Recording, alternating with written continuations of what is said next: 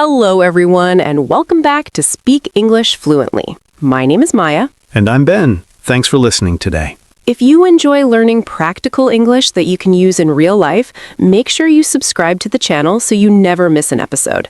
Yeah, because every episode helps you sound more natural in everyday conversations. All right, Ben, let me ask you something. Imagine it's Monday morning. You wake up late, you're rushing to work, and someone asks you, what do you usually do in the morning? Oh, wow. That's stressful already. Right? But now you need to explain your routine clearly. Okay. I might say, I wake up, I drink coffee, I go to work. That works, but it sounds a little flat and disconnected. Yeah, it feels like a list. Exactly. Native speakers usually connect actions in a sequence. They show the order of things. So instead of just listing actions, we show the order they happen in. Exactly. Today we're going to talk about simple words that help you explain steps and sequences in everyday English. Oh, this is really useful for routines, instructions, and stories. Yes, you'll use this when explaining your morning routine, giving directions, telling someone how to cook something, or describing what happened during your day. So basically, daily life. Exactly. I like these kinds of lessons because they make conversations clearer. And today we're going to focus on 3 very common connectors that help organize actions in order. The kind that make your English sound more natural instead of robotic. Yes, instead of saying random sentences, you guide the listener step by step. So your listener can imagine the process. Perfect explanation. So where should we start? Let's start with the first rule. I see what you did there. Yes, that was intentional. I noticed. Rule number 1 is simple. Use first to introduce the beginning of a process. So whenever I start explaining steps, I begin with first. Exactly. It signals the starting point. Can you give a simple example? Sure. Imagine I'm explaining my morning routine. First, I wake up at 6 a.m. That sounds natural. Right. The word first tells the listener that this is step number 1. So it creates a clear starting point. Exactly. Let me try one. First, I check my phone. That's realistic. Unfortunately. Very realistic. But it works, right? Yes, perfect. Can first be used in many situations? Absolutely. You can use it when giving instructions. First, open the app. Or cooking instructions. First, wash the vegetables. Or even telling a story. First, we arrived at the restaurant. So first simply means the beginning of a sequence. Exactly. Okay, what comes next? Good question. After the beginning, we move to the next step. And this is where the second connector comes in. Right. Let me guess, we use something like then. Exactly. I feel smart today. You should. So then simply introduces the next action. Yes, it shows what happens after the first step. So if I say, first I wake up, the next sentence could be, then I brush my teeth. Perfect. Let me try a longer example. First I wake up, then I make coffee. Excellent. This already sounds much more natural than just listing actions. Exactly. It helps listeners follow your story. Let's build a full example together. Okay. First, I wake up. Then I make coffee. Then I check my emails. That's good. But can we use then many times? Yes, but if you repeat it too much, it can sound a little boring.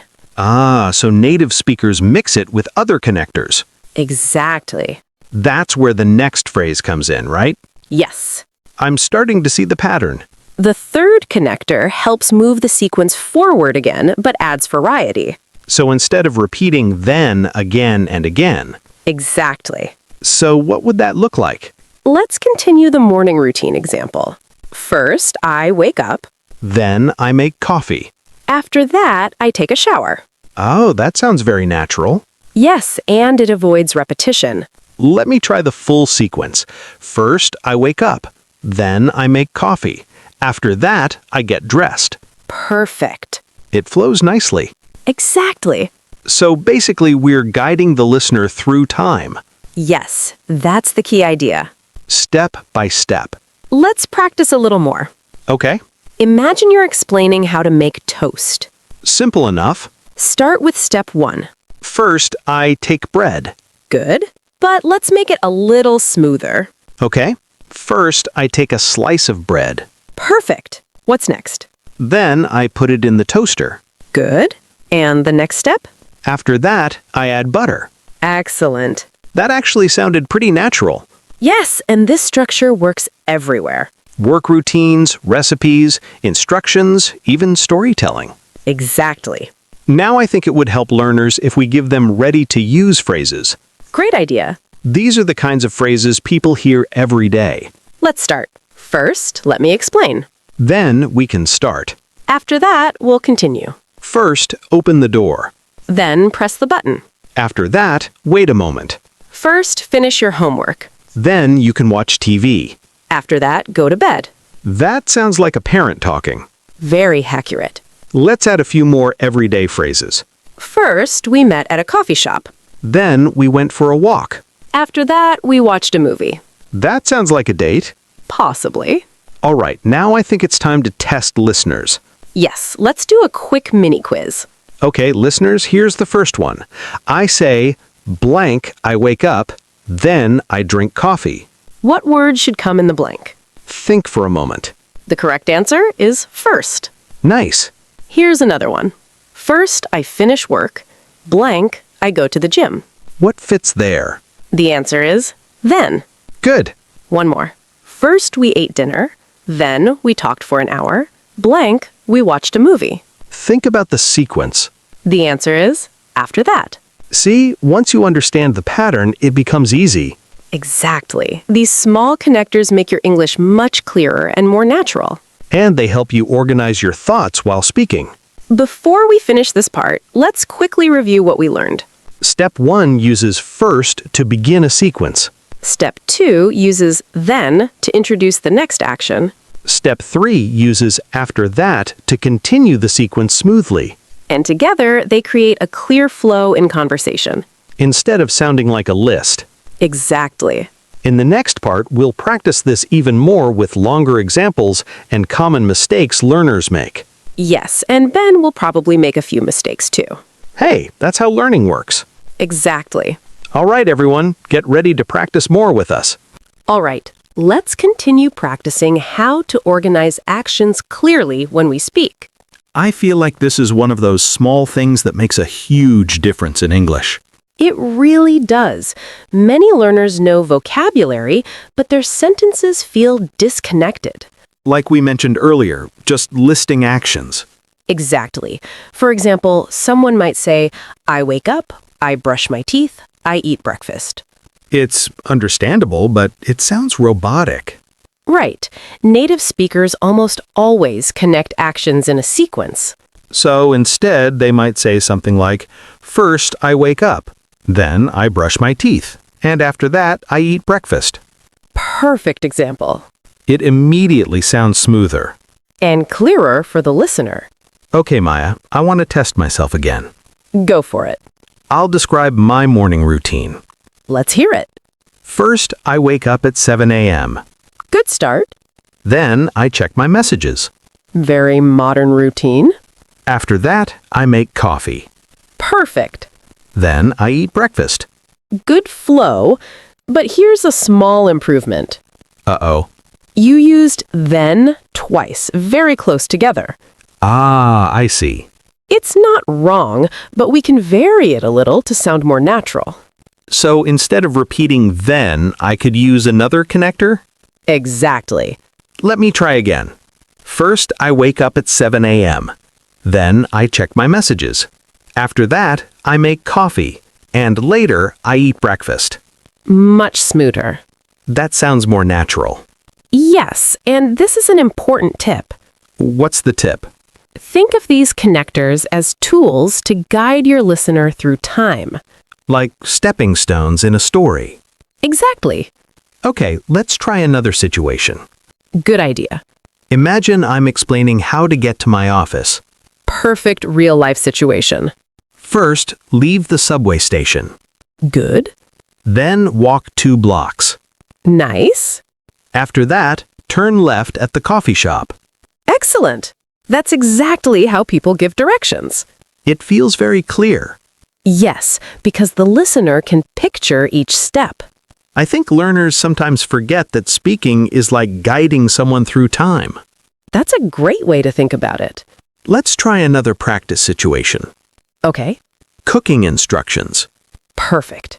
First, heat the pan. Good. Then, add some oil. Nice. After that, cook the vegetables. Excellent. See, now I'm getting comfortable with it. Yes, and the key is practice. Can these connectors also be used in storytelling? Absolutely. Oh, that's interesting. Imagine you're telling a story about your weekend. Okay. You might say, first we went to the beach. Then we had lunch. After that, we watched the sunset. That sounds very natural. And it helps listeners follow the timeline. All right, I think it's time for more phrases people can use. Great idea. Let's build another phrase pack. These are everyday phrases you'll hear all the time. Ready? Ready. First, let's take a look. Then we'll discuss the problem. After that, we'll find a solution. First, wash your hands. Then, start cooking. After that, clean the kitchen. First, open the document. Then, read the instructions.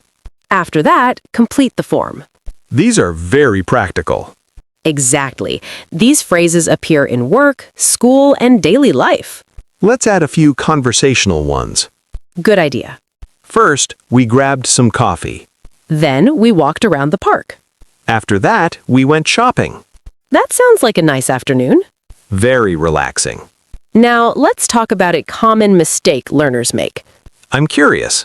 Some learners mix up the order. What do you mean? They might say something like, after that, I woke up. That would sound strange. Exactly, because waking up is clearly the first step. So the connectors must match the timeline. Yes, think about the real order of events. That makes sense. Let's test listeners again with a few quick questions. Okay, everyone, mini quiz time. Question 1.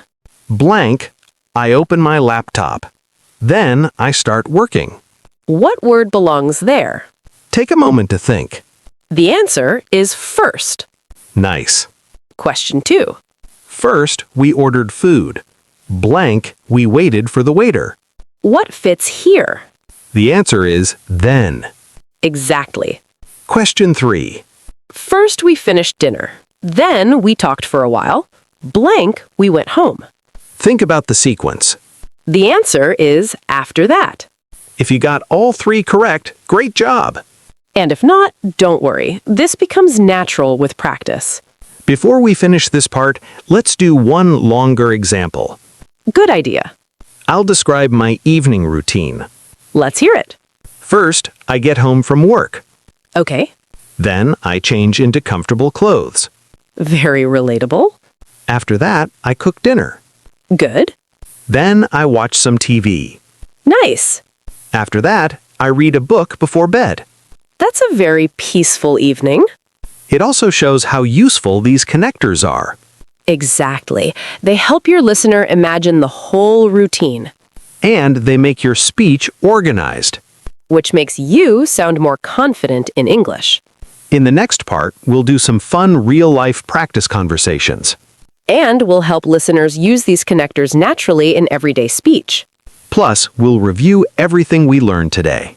All right, everyone. If you've been listening from the beginning, you now know how to organize actions clearly when speaking English. Yes, and today we focused on 3 simple connectors that help you explain sequences in everyday conversations. They're small words, but they make a big difference. Exactly. Without them, sentences can sound like disconnected pieces. Like a grocery list. Yes, exactly like that. But when you use these connectors, your English starts to flow naturally. So let's do some real-life conversation practice. I like this part because it feels more like real communication. Let's imagine we're planning a simple dinner at home. Okay, sounds good. I'll start. First, we need to decide what to cook. Then we should check what ingredients we already have. Good. After that, we can go to the grocery store. Then we come home and start cooking. Perfect. See, that already sounds like a clear plan. Exactly. The listener understands each step. Let's try another situation. Okay? Imagine you're explaining how to prepare for an exam. Good real-life example. Go ahead. First, review your notes. Then, practice the important questions. After that, take a short break. Then, review the difficult topics again. Perfect study advice. I wish I followed that advice when I was in school. Same here. Let's try another one. Okay? Imagine someone asks you about your weekend. Good storytelling practice. I'll start. First, I slept late on Saturday morning. That already sounds relaxing. Then I met some friends for lunch. Nice. After that, we went to see a movie. Perfect weekend activity. Then we walked around downtown. That's a great story flow. And notice something important. What's that? These connectors make storytelling easier, Exactly. They help organize events in time order. so listeners never feel confused. Now let's do a final quick review. All right. When you start a sequence, what word do you usually use? First. Correct. Then, to introduce the next action, we use then. Exactly. And to continue the sequence while sounding more natural, we can say after that. Perfect summary. These three connectors are extremely common in everyday English. You'll hear them at work, at school, in conversations, and in storytelling. Let's do one last mini challenge for listeners. Good idea. Complete the sequence. Blank, I finish work, then I go to the gym. Think about the beginning step. The correct answer is first. Next one. First, we arrived at the airport. Blank, we checked in. The correct answer is then. Last one. First, we finished dinner. Then we talked for a while. Blank, we went home. The correct answer is after that. If you answered those correctly, great job. And if not, just keep practicing. Now, here's a small speaking exercise you can try today. Yes, this is very helpful. Describe your morning routine using 3 steps. Use the connectors we practiced. For example, first, I wake up at 7. Then I make coffee. After that, I start work. Simple and natural. You can also describe your weekend, your job routine, or even how you cook your favorite meal. The more you practice, the more natural it becomes. And remember, fluency is not about difficult vocabulary. It's about organizing simple ideas clearly.